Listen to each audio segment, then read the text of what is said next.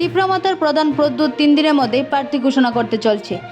তিপ্রামাতার chairman এবং রাজবংশীয় প্রদ্যুৎ কিশোর মাণিক্য দেববর্মন সোমবার ত্রিপুরা বিধানসভা নির্বাচনের আগে ফেসবুক লাইভে বলেন, তিপ্রামাতা আগামী 2 থেকে 3 দিনের মধ্যেই তাদের প্রার্থী তালিকা ঘোষণা করবে। তার আগে যদি কোনো দল জোট করতে ইচ্ছুক হয় তাহলে লিখিতভাবে বৃহত্তর ত্রিপুরাল্যান্ডের সাংবিধানিক দাবি দিতে হবে, অন্যথা এ বিষয়ে কোনো আপোষ করা হবে না বলে জানান তিনি। সোমবার সোশ্যাল মিডিয়ায় বৃহত্তর ত্রিপুরাল্যান্ডের দাবিতে তার অবস্থান স্পষ্ট করে দেববর্মন বললেন, তিপ্রাসা আদিবাসী আজ ভূমিহীন। তিপ্রাসাদের বিকাশের জন্য বৃহত্তর ত্রিপুরাল্যান্ডের সাংবিধানিক অধিকার প্রয়োজন, আর তিপ্রামাতা এর জন্যই লড়াই করছে। বিভিন্ন রাজনৈতিক দলের হাতিয়ার হিসেবে প্রচুর অর্থ থাকতে পারে, তবে প্রদ্যুৎ কিশোর মাণিক্য দেববর্মনের উপর আস্থা আছে তিপ্রাসার। তাই প্রদ্যুৎ জানিয়ে দিলেন যে তিনি তাদের আস্থা নষ্ট করতে পারবেন না। বিধায়ক, মন্ত্রী বা এমপি হওয়ার জন্য কোনো আপোষ করতে রাজি নন তিনি। আর কোনো দল যদি জোট হতে চায় তাহলে সাংবিধানিক অধিকার মেনে নেওয়ার বিষয়টি লিখিতভাবে সামনে আনতে হবে। সাংবিধানিক দাবি মানা না হলে কারোর সঙ্গে কথা বলতে রাজি নন বলে সাফ জানিয়ে দিলেন তিনি। वहां से मैं आप सबको एक बात आज क्लियरली बोलना चाहता हूं। अगले 2-3 दिन के अंदर तिप्रामाता अपना कैंडिडेट का लिस्ट फाइनल करके रिलीज करेगा। बहुत लोगों ने मुझे फोन किया है और मुझे दुख लगता है कि बहुत लोग जो मेरे ही पार्टी से हैं वो लोग बोल रहे हैं कि कुछ तो मिल रहा है, अलायंस कर दीजिए, कुछ तो मिल रहा है। मैं कुछ तो मिल रहा के लिए मैंने तिप्रामाता को और अपने गांव में जो हमारे गरीब तिप्रासा है, जो भूखा है, जिसके पास कपड़ा नहीं है, जिसके पास घर नहीं है, वो जो आशा बनाकर बैठा है कि बुबागरा आपको कुछ देगा, हमारा देश में हमें कुछ मिलेगा 70 साल के बाद, मैं उस कुछ के लिए नहीं आया हूं। मैं संविधान का, हमें कॉन्स्टिट्यूशनल प्रोटेक्शन चाहिए, कॉन्स्टिट्यूशनल सोल्यूशन चाहिए। आज हम लोग भूमिहीन हैं और हमें अगर अपना जमीन को बचाना है तो हमें कॉन्स्टिट्यूशनल राइट्स मिलना पड़ेगा। दूसरे पार्टीज के पास बहुत अस्त्र है, सामान है, पैसा है, हमारे पास हमारा तिप्रासा का विश्वास है और मैं अपने लिए फाइट नहीं कर रहा हूं।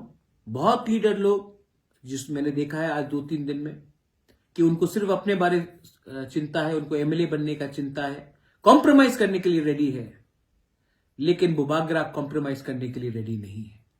और मैं अपने वॉरियर्स को सबको एक मैसेज भेज रहा हूं और सब जो देख रहे हैं मुझे, मैं उनको एक मैसेज भेज रहा हूं, मैं कॉम्प्रोमाइज करके अपने लोगों का विश्वास नहीं तोड़ूंगा।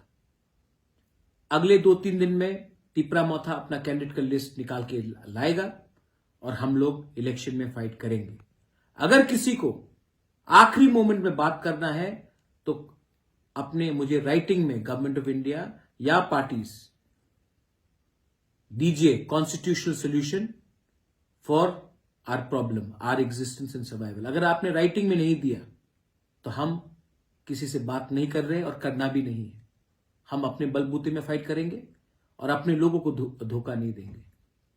मैं आपको और एक बात बोलना चाहता हूं, प्लीज सुन लीजिए।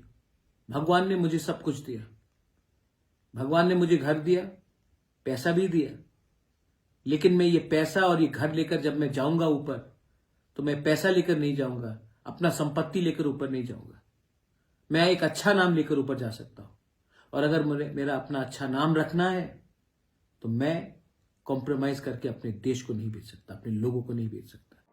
এছাড়াও দেববর্মন দলীয় কর্মী ও নেতাদের উদ্দেশ্যে স্পষ্ট করে বলেছেন, যারা বিধায়ক হতে দল ছেড়ে যেতে চান তাদের লজ্জিত হওয়া উচিত। এই লড়াই রাজ্যের 13 লক্ষ তিপ্রাসাদের লড়াই। এই লড়াই ভবিষ্যৎ প্রজন্মের জন্য। এই লড়াই তিনি একাই লড়বেন বলে জানান। কেউ যদি সমঝোতার জন্য লড়াইয়ে মাঠ ছেড়ে যেতে চান তাহলে যেতে পারেন বলে স্পষ্ট করে দিয়েছেন। ये फाइट हमारा 13 लाख लोगों का है। ये फाइट सिर्फ 20 लोगों को कहीं में पहुंचाने का नहीं है, 25 लोगों को एमएलए बनाने का नहीं है, 30 लोगों को एमएलए बनाने का नहीं है। ये फाइट हमारा अधिकार का है और ये अधिकार आपके पास तभी आएगा जब कानून बनेगा, आईन बनेगा, संविधान में बनेगा और हमें अपना प्रोटेक्शन मिलेगा। तो मैं कॉम्प्रोमाइज नहीं करूंगा।